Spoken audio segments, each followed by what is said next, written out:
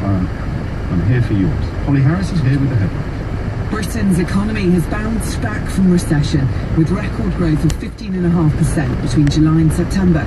The figures from the Office for National Statistics show the rate of recovery slowed down even before the start of England's second national lockdown. Leading doctors are warning it's vital lessons are learned after the UK's official coronavirus death toll exceeded 50,000. The British Medical Association says the figures are a terrible indictment of the government's lack of preparation. The Housing Secretary insists Number 10 is united after one of the government's top aides quit. Lee Kane has resigned as Director of Communications with reports of an internal power struggle in Downing Street. The weather, most parts dry with sunny spells, turning cloudy and windy in the west with some patchy rain before heavy rain arrives in the far northwest later. A high of 13 degrees. This is LBC. At Morrison's, selected chocolate pouches are now £2.50 each. Choose from Heroes, Celebrations, Cadbury's Dairy Milk and many more. Morrison's, making Christmas special. Majority of stores and online, subject to availability, 350 grams to 450 grams. Offer ends 24th of November 2020. I know it's here somewhere, I just had the tab open, but which one? There's a million. Oh, not that one, not that one. Where are you, you shiny little phone? Oh, no, search history. Oh, get rid of that. And that, delete. Your search is over. Our best ever Black Friday is here. Save up to £400 on the stunning Samsung Galaxy S20 FE. Search your till Black Friday. On select terrace, £40 off device plan and £360 airtime discount based on 36-month contract. Ultra refresh credit by Telefonica UK Limited. Eligibility and terms apply. This is the sound of business owners bossing their day with Sage. Fish delivery, bossed. Invoices, sorted. Clients workout boss, expenses smashed. Tax return done. Take control of business. New financial tools from Sage. Boss it. Get 50% off for 4 months at sage.com. Terms and conditions apply. Hi, I'm Toph, and that's the sound of Deli Kitchen's Italian-inspired sliced focaccia after it's been pan-toasted with parma ham, rockets, tomato, and cheese. Melty. And this is the sound of me enjoying Deli Kitchen's amazingly soft Greek-style flatbread, stuffed with roasted veg, tzatziki, and halloumi.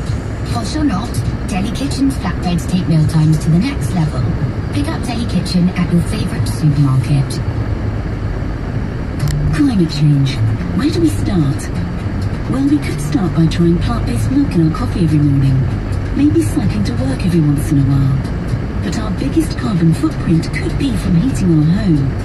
Here at Valiant, we're serious about climate change, which is why when you switch to a Valiant boiler or heat pump, you could reduce your carbon footprint and your energy bills too.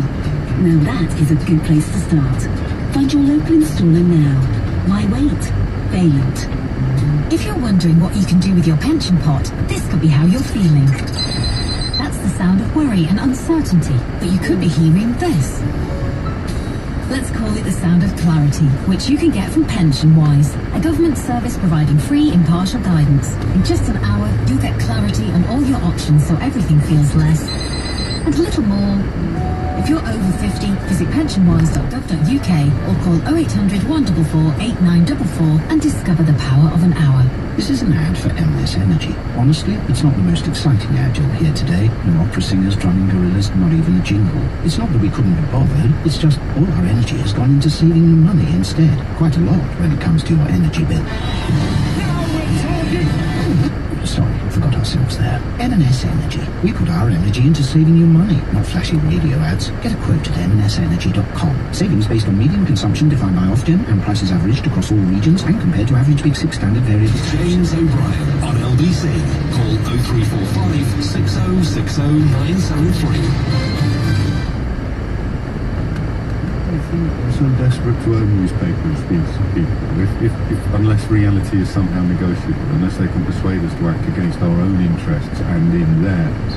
Now, I suppose the shallow end of that hypocrisy is they don't really care what happens. They just make a bunch of money out of commoditising hatred and fuel. You know, all of that in is 2-minute hate. But then when you look at that famous quote from Rupert Murdoch that he's denied, that the Jones who reported it has not, that he, when he goes into down in Brussels nobody notices. Very interesting that. And I'm just going to play you a little clip from Australian television, an exchange between the former Prime Minister of that country and one of Rupert Murdoch's most prominent journalists there, Paul Kelly, an editor-at-large for a newspaper called The Australian. And I want you to listen to it. It's nearly 2.5 minutes long. It's a debate about media bias.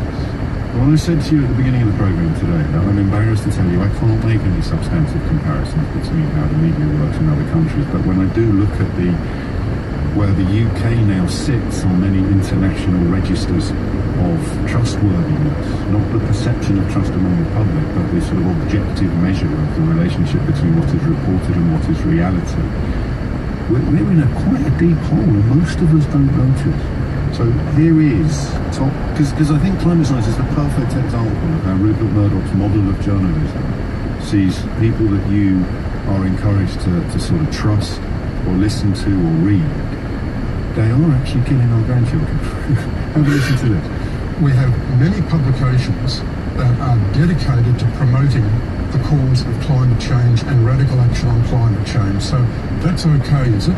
It's okay to be a propagandist for one side, but if one is a critic or sceptic about some of these issues, that's not okay. And you say what you've just disclosed is the fundamental problem that the company you will work for and its friends in politics like Trump and others have turned this issue of physics into an issue of values or identity.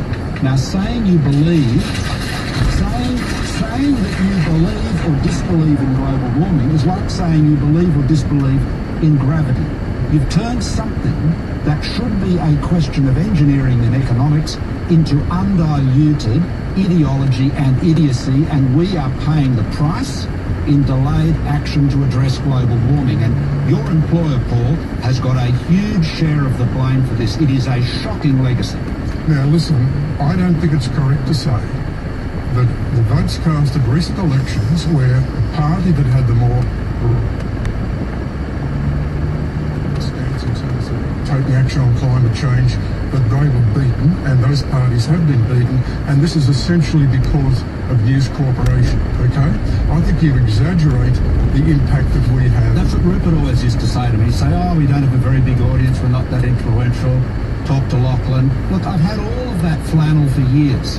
The reality is, News Corp and Murdoch have done enormous damage to Western democracy, and in particular to the United States and Australia, and in particular on the subject of global warming. You know, we had 12 million hectares of our country burnt last summer, and your newspapers were saying it was all the consequence of some arsonists. And James Murdoch was so disgusted, he dissociated himself from the family business. Now, what does that tell you? How offensive, how biased, how destructive does it have to be